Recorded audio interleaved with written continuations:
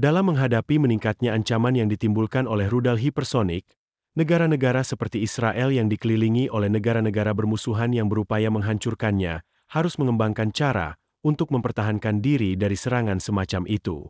Bagi mereka yang tidak terbiasa, rudal hipersonik adalah senjata yang mampu melaju dengan kecepatan antara 5 dan 25 kali kecepatan suara, yaitu sekitar 1 hingga 5 Mach. Sebagai gambaran, rudal hipersonik yang diluncurkan dari Tiongkok dapat mencapai Amerika Serikat dalam waktu kurang dari 30 menit, mencakup lebih dari 9.000 mil. Sekarang, pertimbangkan jarak yang jauh lebih pendek, yaitu 985 mil antara Israel dan musuh utamanya, yaitu Iran. Rudal semacam itu akan tiba dalam waktu yang sangat singkat dan membuat keadaan menjadi lebih buruk lagi, karena Iran telah memiliki berbagai rudal hipersonik di gudang senjatanya, dan beberapa bahkan digunakan untuk melawan Israel pada tanggal 1 Oktober 2024. Serangan pertama di antara mereka adalah yang paling banyak dilakukan oleh Iran. Rudal canggih Fatah II adalah rudal balistik jarak menengah yang dikembangkan oleh Korps Garda Revolusi Islam.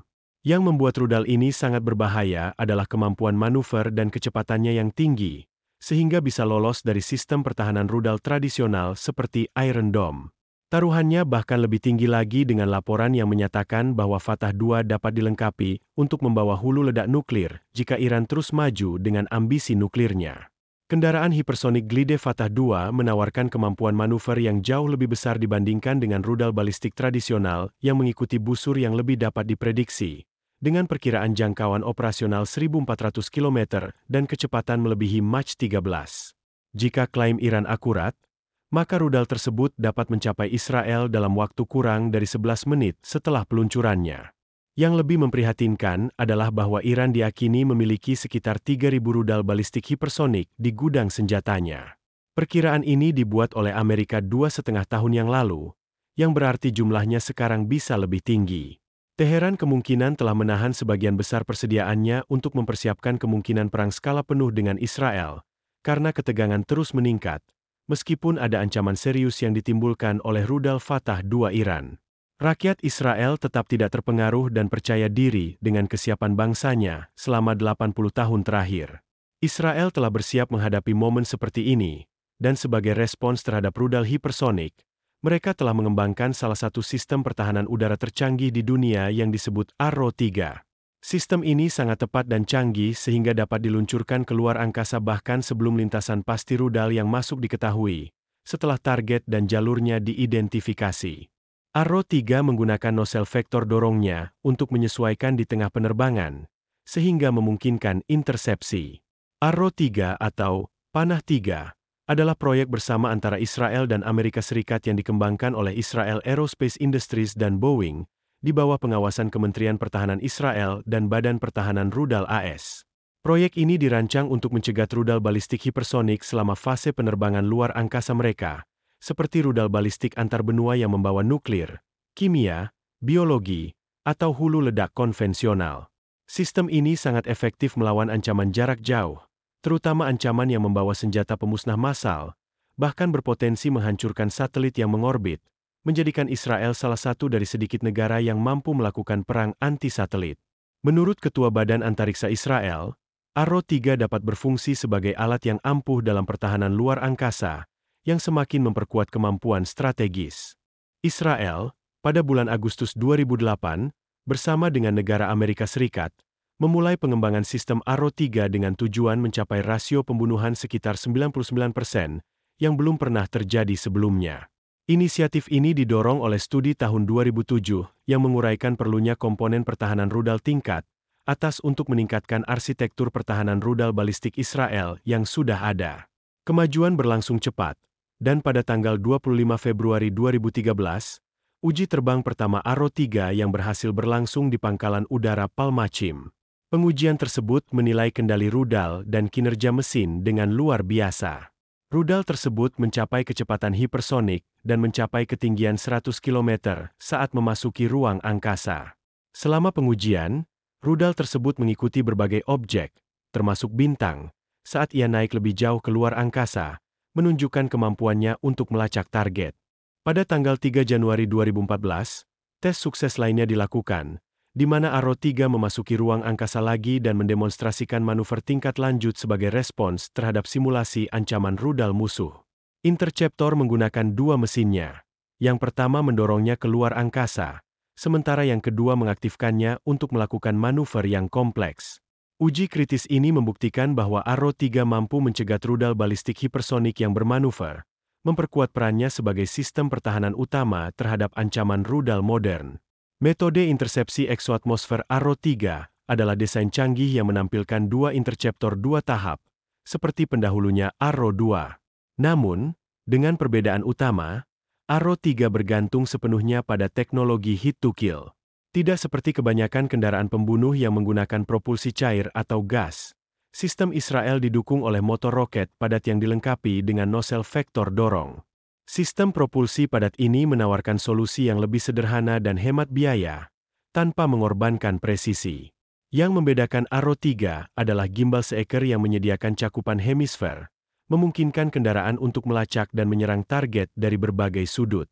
Dengan menghitung perambatan garis pandang dari pengukuran pencari dalam kaitannya dengan kendaraan pembunuh dapat menggunakan navigasi proporsional untuk menyesuaikan jalurnya, memastikan keselarasan yang akurat dengan jalur penerbangan target. Konsep yang disederhanakan ini dapat diandalkan dan dibangun di atas teknologi yang telah terbukti matang. Terlebih lagi, kelincahan dan kemampuan mengalihkan kendaraan pembunuh Arrow 3 mengurangi ketergantungan pada deteksi ekstensif dan sistem pelacakan yang biasanya diperlukan untuk intersepsi berbantuan sensor jarak jauh di ruang angkasa. Hal ini meningkatkan efisiensi dan efektivitas sistem secara keseluruhan, sehingga menjadikannya solusi yang kuat namun hemat biaya untuk bertahan melawan ancaman rudal hipersonik dan balistik. Hal yang sangat menarik adalah bahwa Arrow 3 berpotensi digunakan pada kapal yang menawarkan fleksibilitas lebih besar dibandingkan pendahulunya. Arrow 3 lebih cepat, lebih lincah, dan sedikit lebih kecil, hampir setengah bobot Arrow 2. Baterai Arrow 3 mampu mencegat salvo lebih dari 5 rudal balistik hanya dalam waktu 30 detik. Kompleksitas dan presisi sistem berasal dari kemampuannya untuk diluncurkan keluar angkasa, bahkan sebelum lintasan pasti rudal yang datang diketahui. Setelah jalur rudal diidentifikasi, panah interceptor menyesuaikan jalurnya di tengah penerbangan menggunakan nosel vektor dorong untuk menutup celah dan melakukan intersepsi antar tubuh. Kemampuan ini merupakan keunggulan yang luar biasa dalam menetralkan ancaman hipersonik dan balistik dengan akurasi tinggi, menjadikannya landasan strategi pertahanan rudal Israel dalam sebuah langkah yang menjanjikan untuk lebih meningkatkan kemampuan pertahanannya. Kementerian Pertahanan dan Pengembang Industri Israel telah memulai pekerjaan awal pada apa yang bisa menjadi rudal Arrow 4. Sistem pencegat generasi berikutnya ini dirancang untuk melawan ancaman masa depan yang semakin canggih. Wakil Presiden Eksekutif di Israel Aerospace Industries mencatat bahwa meskipun mungkin terlalu dini untuk menyebut inisiatif ini sebagai Arrow 4, studi desain yang sedang berlangsung difokuskan pada perluasan kemampuan interceptor di luar sistem Arrow 2 dan Arrow 3. Pada awal tahun 2021, Israel mengonfirmasi bahwa pengembangan pencegat Arrow 4 sedang berjalan dengan baik, secara khusus menargetkan intersepsi ancaman hipersonik, termasuk rudal jelajah hipersonik dan kendaraan luncur. Urgensi seputar upaya ini semakin meningkat setelah pengumuman pada November 2022 oleh Iran yang mengklaim bahwa mereka telah berhasil menguji rudal hipersonik dengan Arrow 4 dalam pengembangan. Israel bertujuan untuk tetap selangkah lebih maju dalam lanskap ancaman rudal yang terus berkembang. Pada tanggal 1 Oktober, Iran meluncurkan serangan lebih dari 180 rudal balistik berkecepatan tinggi yang belum pernah terjadi sebelumnya ke Israel, termasuk rudal hipersonik. Kecepatan ekstrim dari senjata-senjata ini menimbulkan tantangan yang signifikan bagi sistem intersepsi. Namun, laporan awal menunjukkan tidak ada korban jiwa di Israel, yang menunjukkan bahwa meskipun serangan berskala besar, hal itu merupakan kegagalan militer bagi Iran. Meskipun beberapa rudal atau pecahannya berdampak pada sistem intersepsi di darat, banyaknya rudal yang ditembakkan dalam jangka waktu singkat bertujuan untuk membebani atau menghabiskan kemampuan pertahanan udara Israel. Rudal pencegat sangat canggih dan harganya mahal, biasanya sekitar $3,5 juta per rudal. Hal ini menimbulkan kekhawatiran tentang keberlanjutan persediaan rudal, karena harganya bisa mahal. Membatasi jumlah pencegat yang tersedia untuk mencegat 100 atau lebih rudal yang masuk dapat dengan mudah menghabiskan biaya ratusan juta dolar. Berbeda dengan perkiraan biaya 80.000 euro untuk setiap rudal Iran, kesenjangan finansial yang mencolok ini menggarisbawahi kompleksitas dan tantangan dalam strategi pertahanan rudal ketika negara-negara menavigasi lanskap ancaman udara yang terus berkembang. Menghentikan ancaman balistik di penerbangan terutama merupakan tanggung jawab sistem Arrow 3 dan Arrow 2 Israel, yang dilengkapi dengan sistem David's Sling untuk jarak menengah, sementara Iron Dome dirancang untuk intersepsi jarak pendek, khususnya terhadap roket yang ditembakkan oleh Hamas dari Gaza. Setelah serangan pada bulan Oktober 2024, masih belum jelas berapa banyak rudal Iran yang menghantam tanah. Namun, jika melihat kejadian sebelumnya pada bulan April 2024, dari 120 rudal balistik yang ditembakkan oleh Iran, hanya 9 yang berhasil menembus pertahanan Israel dan menyebabkan kerugian kecil. Kerusakan pada 2 pangkalan udara ini menunjukkan bahwa serangan bulan April juga merupakan kegagalan militer dari perspektif sempit. Perbedaan penting antara kedua serangan tersebut adalah pendekatan Iran untuk memperingatkan negara-negara tetangga. Dalam serangan bulan April, Iran memberikan pemberitahuan 72 jam sebelum meluncurkan rudal. Sebaliknya, serangan Oktober 2024 datang tanpa peringatan apapun, dan bahkan AS mendapat informasi intelijen hanya beberapa jam sebelum peluncuran terjadi. Sistem Arrow adalah mekanisme pertahanan udara yang sangat canggih dan bisa dibilang salah satu yang terbaik di dunia untuk melawan ancaman hipersonik dan balistik. Namun, agar dapat berfungsi secara efektif dalam menghadapi ancaman tingkat lanjut, Israel harus memiliki akses terhadap informasi intelijen yang tepat waktu mengenai peluncuran rudal, sebaiknya beberapa jam sebelum peluncuran terjadi. Meskipun selalu ada baterai Arrow 3 yang siaga dan siap untuk mencegat rudal balistik yang masuk, serangan besar-besaran dapat membuat pertahanan ini kewalahan.